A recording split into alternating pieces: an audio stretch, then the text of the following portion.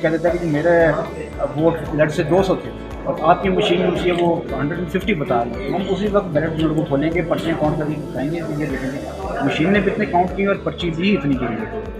तो और मीन्स कि हमने पहले से ये होमवर्क किया और हमने ये सारी चीज़ें हमें देखी हैं कि क्या क्या मसाइल खड़े हो सकते हैं, एतराज़ात क्या क्या लग सकते हैं और उनकी क्या क्या पॉसिबल सोल्यूशन है।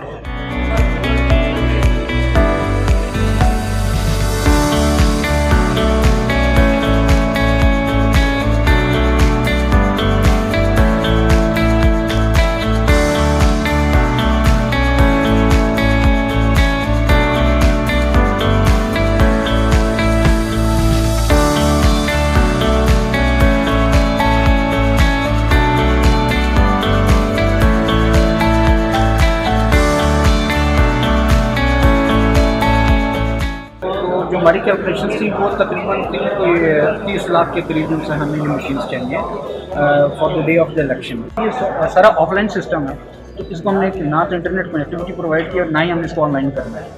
$3000 ये के करीब इस मशीन की कॉस्ट, एक मशीन की एट द टाइम तकरीबन ये CNS वेरिफिकेशन के बाद 10 से 15 सेकंड है।